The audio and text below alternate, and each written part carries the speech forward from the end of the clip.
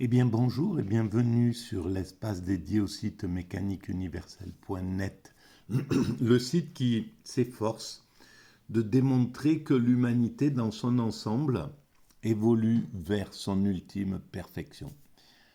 Donc c'est tout le phénomène humain depuis qu'il s'est extrait des lois de la nature, depuis que nous avons quitté le royaume des primates naturels. Nous étions des primates naturels pour devenir des primates culturels, on pourrait dire, et avec une forte intensité de culture. Et depuis ces quelques millions d'années qui nous séparent de cette époque, nous n'avons pas cessé d'évoluer vers cet état de perfection. Donc il y a une sorte de moteur intérieur, il y a une sorte d'attraction euh, intuitive qui fait que l'humanité ne peut pas ne pas se diriger vers cet état de perfection, d'ultime perfection. Parce que l'humanité est toujours parfaite au présent tout en étant perfectible, jusqu'au moment où elle atteindra une perfection indépassable. Et à ce moment-là, ça sera l'ultime perfection. J'explique sur le site pourquoi l'humanité est toujours parfaite au présent tout en étant perfectible. Voilà, c'est une sorte de ruse de la raison. Et voilà, je vous renvoie à la lecture du site mécaniqueuniverselle.net.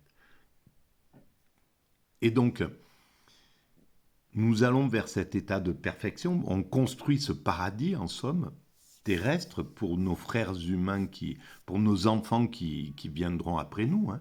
Il faudra quelques siècles encore d'évolution, mais nous sentons que nous arrivons vers cette, vers cette possibilité. C'est tout nouveau qu'on en ait une intuition, qu'on puisse en avoir une intuition aussi intense. Au XIXe siècle, ils entrevoyaient déjà que le progrès allait conduire l'humanité vers un état plutôt, voilà, qu'à un certain moment, le bonheur attendait l'humanité. Mais ils n'avaient pas tous les moyens de pouvoir le comprendre. Au XXe siècle, cette pensée s'est un peu arrêtée parce que le progrès a été utilisé à mauvais escient et on a vu ce que ça a donné avec les guerres, avec l'utilisation des gaz chimiques, etc. Enfin bref, et puis après la Shoah, bon, on a vu ce que le progrès technique, technologique, quand il était utilisé à des fins meurtrières, pouvait engendrer. Donc ça a arrêté la vision téléologique, les réflexions sur le devenir de l'humanité. Les philosophes du XXe siècle, comme Camus, Sartre, etc., se sont concentrés sur le présent, sur l'immédiat, sur le monde tel qu'il était. Et on est encore dans cet état de pensée, plus ou moins. Il y a très peu de... J'en connais pas, à vrai dire, des philosophes qui s'intéressent à la prospective, qui cherchent à essayer d'éclairer le fond le futur lointain de l'humanité. Donc c'est pas une réflexion qui est revenue dans. Mais par contre, en dehors de cette réflexion, même si la réflexion n'est pas là, tout pousse à comprendre que on va vers cet état d'unité, d'universalité où on atteindra la paix universelle. Parce que la paix, c'est le moment où on sera dans un système universel, où les nations seront dépassées, où chaque être humain appartiendra à l'humanité. Et l'humanité protégera l'ensemble de chaque être humain qui apparaît de ses enfants, en somme. Et on voit bien à quel point aujourd'hui, par exemple, les guerres qui sont...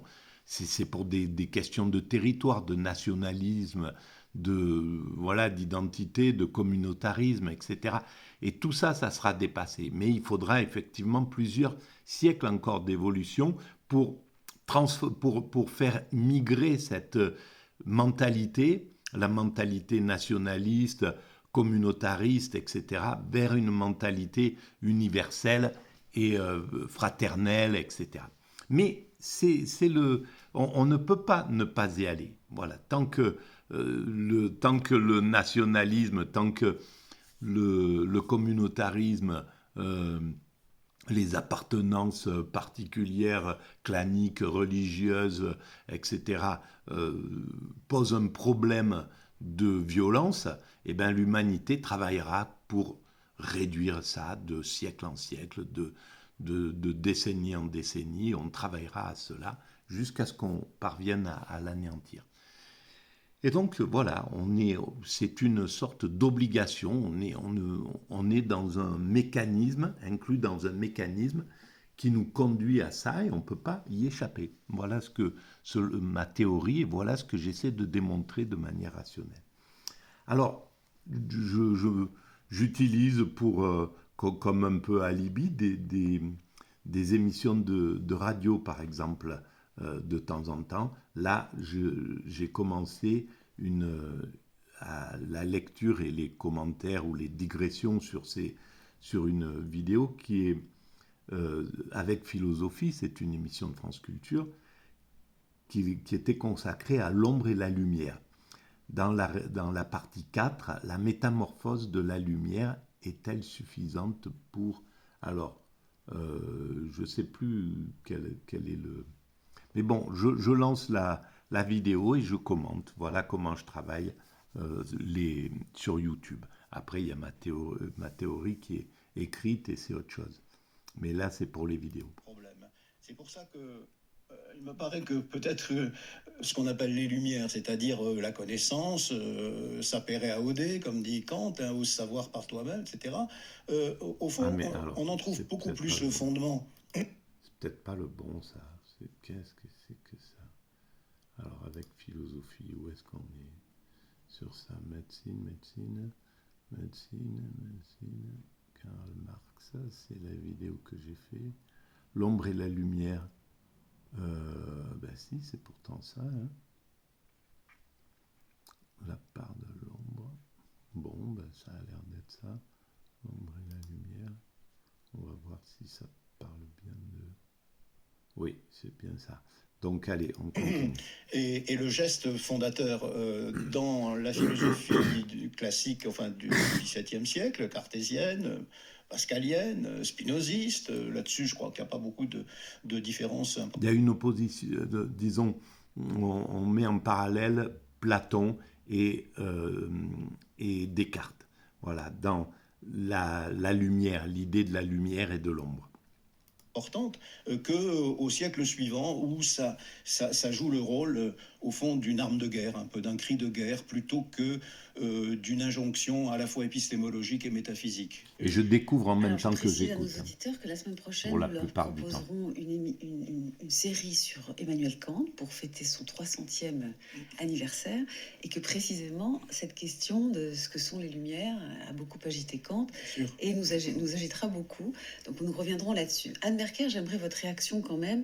Vous trouvez vous aussi qu'on force un peu les choses, peut-être idéologiquement, en opposant comme ça les Lumières surgies d'un coup et mettant à terre son ennemi obscur, ou bien vous trouvez que tout de même la rupture historique est suffisamment impressionnante pour qu'on ose ce genre de contraste? Je verrai deux aspects dans cette représentation qui est... La rupture historique, bon, voilà, on classifie après coup, bien entendu, parce que dans le moment où les Lumières se sont éclairées, entre guillemets, où le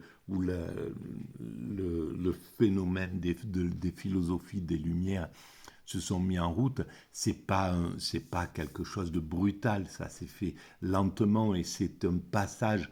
L'humanité, en réalité, elle évolue de façon... quand on la regarde vraiment du dessus, de façon lente et harmonieuse, elle a un rythme qui est tout à fait qui est le sien. Mais par contre, une fois qu'on est sorti, bien entendu, on va pour classifier, on va dire avant les Lumières c'était ça, et donc on a l'impression que c'est des ruptures brutales, mais ça correspond pas à la réalité. La réalité, c'est que les Lumières sont le fruit de ce qui était avant, et avant, c'était pas l'obscurité, c'était autre chose. C'était, voilà, on peut pas parler, c'est un petit peu comme quand on dénigre le Moyen-Âge, alors que, voilà, par rapport à la Renaissance, c'est, c'est, euh, on est en train de changer de façon de voir l'histoire, justement, avec ça. Et qui quand même me paraît un petit peu militante et polémique. Et après tout, les acteurs de l'histoire ont aussi droit à leur formule polémique. Je vois un inconvénient, ça donne l'impression qu'il y a un commencement absolu dans le développement historique humain, ce qui me paraît... Il serait en plus au XVIIe siècle, donc vous qui connaissez bien les Grecs anciens, ça doit vous voilà, faire une un erreur. peu au cœur. Et je ne suis pas spécialiste du Moyen-Âge, mais je veux dire, la victime collatérale de cette représentation, c'est que le Moyen-Âge a passé très longtemps pour une période, Tout à fait. Une période totalement obscure et voilà, méritant purement simplement d'être jeté dans l'ignorance, alors qu'il y a des élaborations conceptuelles faramineuses pendant le Moyen-Âge. Mais malgré tout, j'ai peut-être une petite nuance par rapport à Pierre Genancia, mais il me semble quand même qu'il y a une volonté de lutte et de combat. Vous avez mentionné la foi et l'Église. Peut-être que la foi n'était pas tellement à terre, mais je crois que l'Église était un pouvoir temporel et un pouvoir politique qui a quand même posé, pour le dire gentiment, quelques entraves. Bien sûr, et c'est pour ça que, évidemment, les mouvements, au lieu de passer de façon douce, se font bien souvent par la brutalité, de façon un peu brutale. C'est-à-dire que quand les Lumières sont venues et qu'elles ont pu prendre le pouvoir, elles ont relégué le religieux le plus possible. Elles avaient une sorte de ressentiment contre le religieux qui, précédemment, oppressait les philosophes qui voulaient émanciper la pensée. Donc, il y a, c'est un petit peu logique. C'est un petit peu comme dans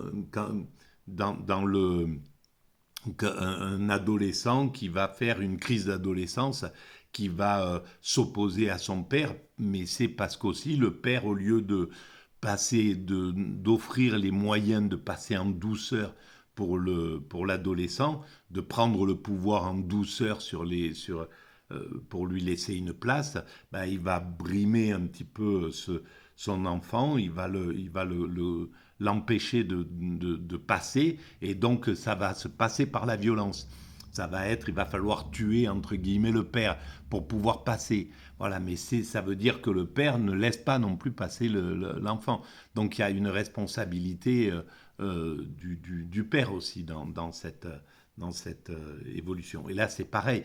Il y avait la responsabilité du religieux qui pouvait aussi donner les moyens de penser si on était arrivé à un niveau de conscience suffisant. C'était pas le cas. On peut pas reprocher à un moment de l'histoire de ne pas avoir encore acquis un état de conscience suffisant pour pouvoir agir de manière douce. Voilà, il y a un moment dans l'histoire, ils n'avaient pas les moyens, et on les a toujours pas d'ailleurs, ils n'avaient pas les moyens de passer en douceur. Comme aujourd'hui, on n'a pas les moyens de passer en douceur de l'hégémonie occidentale à un partage de pouvoir, à quelque chose de collectif et d'universel. Et bien, l'Occident, parce qu'il résiste à partager le pouvoir, eh ben, il doit passer par la guerre. Les prétendants sont en train de le mettre, de le harceler, de le provoquer, d'essayer d'écraser ce narcissisme occidental qui veut garder le pouvoir. Si on était déjà suffisamment conscient, si l'Occident était suffisamment conscient, ben à ce moment-là, il dirait, bon, ben c'est bon. Et moi, ça fait 10 ans que j'écris que l'Occident doit maintenant lâcher prise et partager le pouvoir avant qu'on l'y oblige. Eh bien, on va l'y obliger parce que l'Occident ne sait pas le faire de façon douce. Pas plus que les coloniaux n'ont compris qu'ils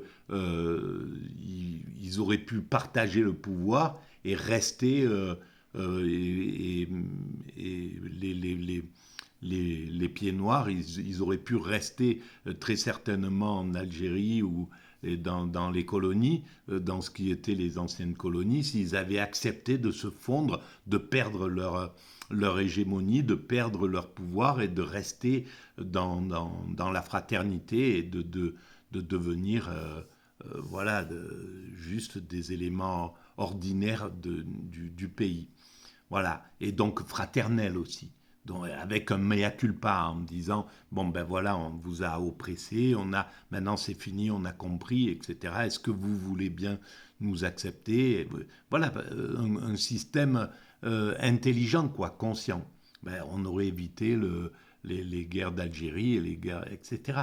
Mais voilà, c'est toujours la surdité à autrui qui fait que on va tomber dans un excès. Et là, l'Occident, il est exactement dans ce cas de figure. Il est aussi con, entre guillemets, que les colons qui ne voulaient pas lâcher prise dans les années 50 et qui se sont fait éjecter. Voilà, c'est exactement ce qui est en train de se passer. Et ça, c'est lié au narcissisme. Et ce narcissisme, il est extrêmement dense en Occident, tout simplement parce traditionnellement, on a été des esclavagistes, puis des colons. Et donc l'esclavagiste et le colon, ils doivent avoir une mentalité narcissique, c'est-à-dire se croire supérieur à celui qui l'opprime, à celui qu'il domine, à celui qu'il pille, à celui qui l'abuse. Il doit absolument se croire supérieur. Ça construit des psychismes pervers narcissiques. Et l'Occident, les dominants occidentaux sont sur ce modèle-là. Et ce modèle n'est pas réformable en dehors de le contraindre. Il n'arrive pas par la conscience de ce... On ne voit pas un pervers narcissique qui va pouvoir accepter les remontrances qu'on va lui faire et dire bon, tu abuses de ta victime, tu le vampirises, tu le bouffes, tu lui prends son énergie, tu le maltraites, etc. Tu en fais ton esclave. Il faut que tu arrêtes ça. Et donc, comme pervers narcissique puisse dire « Ah ben oui, tiens, je réalise que c'est ça, j'arrête, etc. » Non, c'est son monde entier qui s'écroule, parce qu'il a basé toute son existence sur le fait qu'il est supérieur, etc. Donc, il ne peut pas. Et l'Occident, les dominants occidentaux ne peuvent pas. C'est juste un problème psychologique. Ils ne peuvent pas revenir de façon consciente. Ils ne peuvent pas changer de psychologie, de régler leur pathologie de façon comme ça spontanée. C'est impossible pour eux. Et c'est catastrophique, quoi, quand on y réfléchit. Parce que c'est ce qui nous amène au bord de la crise de la guerre mondiale. Et devant quelque chose qui va être violent, quoi. Parce qu'on y met de la violence, donc on va recevoir de la violence, tout simplement. Au savoir, et je dirais que cet étendard des Lumières nous devient moins compréhensible aujourd'hui que l'Église n'a plus cette même puissance, mais elle avait une puissance vraiment considérable. Mais le sujet, c'est de savoir si elle a été à terre si vite qu'on ne l'énonce. Ah, ça c'est ça. Et là, il y a une autre question là, qui vous concerne plus directement, je parle de vos travaux, c'est que souvent, quand on présente les Lumières, c'est-à-dire depuis la fin du XVIIe siècle, cette espèce de grand mouvement... Je vais arrêter là pour cette vidéo et on va en faire d'autres dans la foulée. Voilà. Donc si vous pensez que ça a un peu d'intérêt d'éclairer l'humanité sur ce chemin probable vers sa perfection, ben vous pouvez mettre des pouces, vous pouvez vous abonner, vous pouvez... c'est gratuit de s'abonner à la chaîne. Vous pouvez envoyer le lien à vos amis. Vous pouvez répandre l'idée. Vous pouvez vous l'accaparer, bien sûr, ça ne me dérange pas. Vous pouvez visiter le site Mécanique Universelle et puis laisser des commentaires si vous voulez. Voilà, tout ça, ça augmente la visibilité de cette idée-là. Voilà. Qui est universel, qui appartient à personne, ni à moi, ni... Voilà, ça appartient à l'humanité, tout ça. Merci de votre écoute, en tout cas.